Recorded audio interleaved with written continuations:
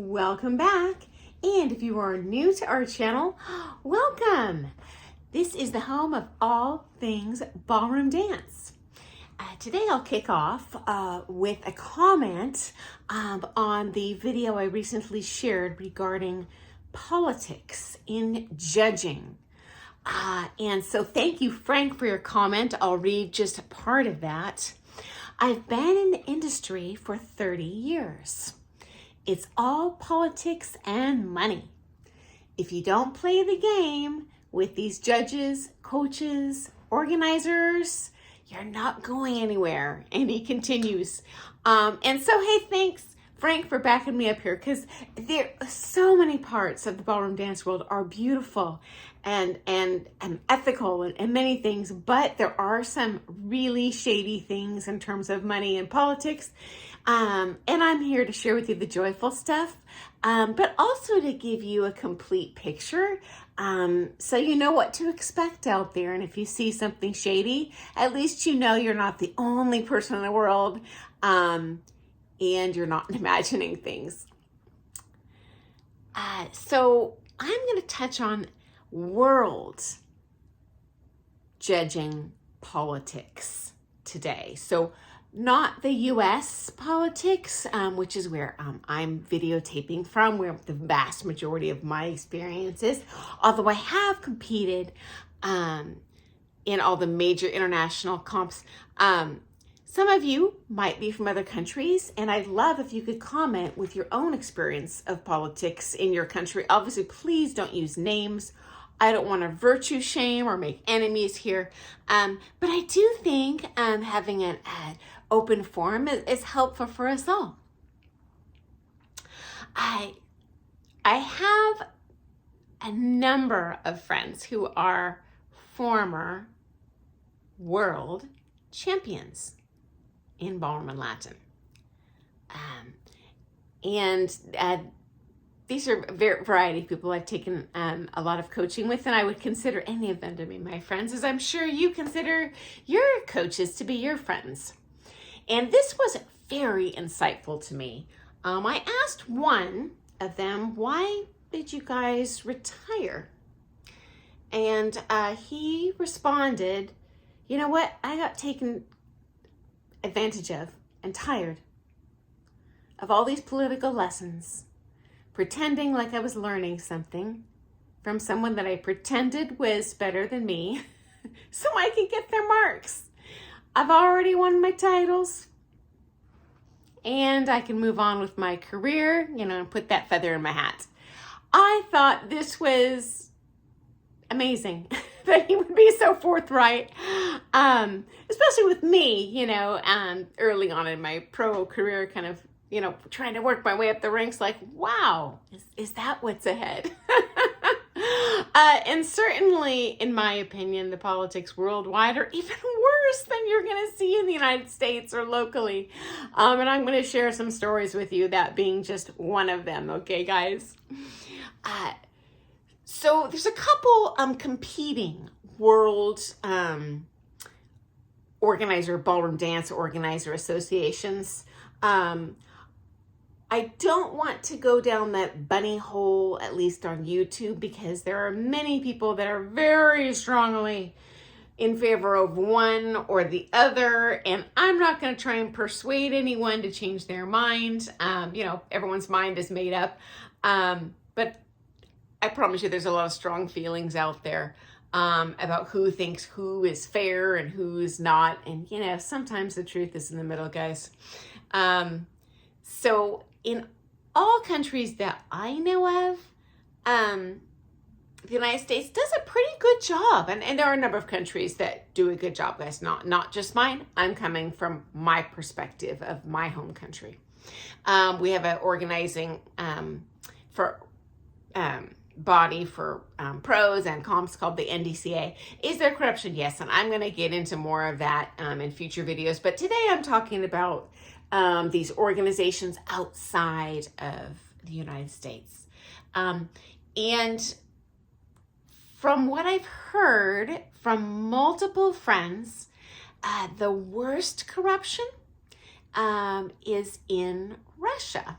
which is interesting because it seems to me, if memory serves me correctly, they also have had some challenges with getting DQ'd from the Olympics and stuff for all sorts of things. So I don't know. But where there's smoke, there might be fire, especially when that smoke is coming from a number of different windows. And I'm going to share a crazy story with you that they shared with me. They know of a year where there was a huge scandal in Russia where apparently the thing there is, at least at that time, was that you essentially bought your national title by paying off these judges. That's bad enough. But this one year, apparently a number of couples paid the judges off with believing 100%, hey, we've got this title, woo! And obviously not all of them can actually win. And then what do? Ruin your entire reputation in the ballroom dance world by suing and saying, hey, I bought my title and they didn't give it to me? How do you get your money back? How do you prove it when it's in cash? I mean, it's just a giant dumpster fire. So in a nutshell, none of them sued. This has not gone to court that I know of. This is all alleged, so please don't come after me, Russian mafia. But I am sharing a story that might be true. Now, I have not heard of this happening in the United States, but my former world champion friend had a less severe version of that with saying, well, these people aren't going to mark me unless I book the lessons with them and I'm wasting my time taking the lessons.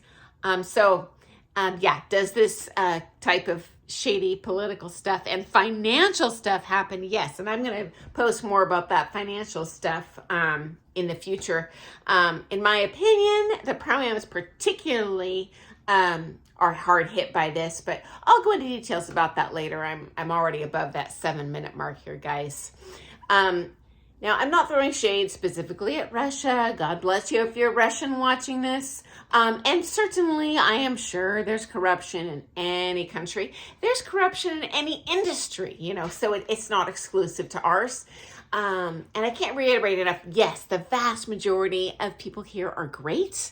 The vast majority of at least my competitive experience, and I've competed a lot, an amateur through the newcomer ranks all the way through open professional at the championship level. The vast majority has been joyful, and in my experience for marking me, I thought pretty fair. Although I did share a story with you of sometimes I kind of got thrown under a bus for political things, but hey, happens to everyone. And so I don't want this to dissuade you from competing. I think competing is an awesome way to motivate yourself and to meet other dancers. And, in kids to develop self-confidence, all sorts of stuff.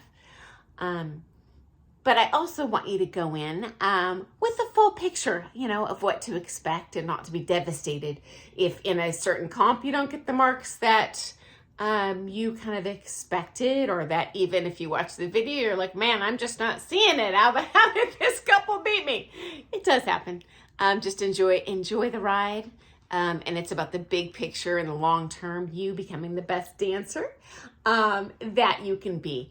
And not all judges are biased and bought off, etc. As a matter of fact, when I very first turned pro, I did some judging. I don't now because I don't want to be involved in any of this political stuff, among other things. But I can tell you this, to tell you the truth, I marked my students even tougher than the other couples. Singularly because I didn't want anyone to think that I was treating my couples with bias, or that I was marking my couples higher to give the illusion that I'm a superior teacher so that everyone switches to me.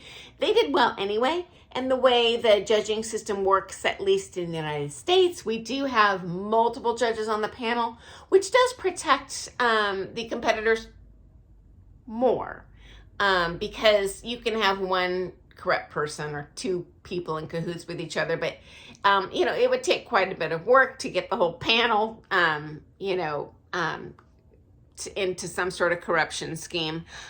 Also, especially in those NDCA comps, you don't know what the panel exactly is going to be year to year. So honestly, you couldn't, you know, plan a year in advance anyways. Like, okay, I'm going to, you know, pay this person off, or I'm going to take only with those judges all year long to get their marks. So it's a little more challenging to do because we do have some systems in place here that at least do their best to try and protect students. So I hope you found that to be interesting. And hey, I've never heard of an American buying their national title, but you know, crazier stuff has happened. So thanks for joining me today. I'm going to have some more hot tea for you tomorrow on the Ballroom Dance World. Happy dancing, guys. Bye-bye.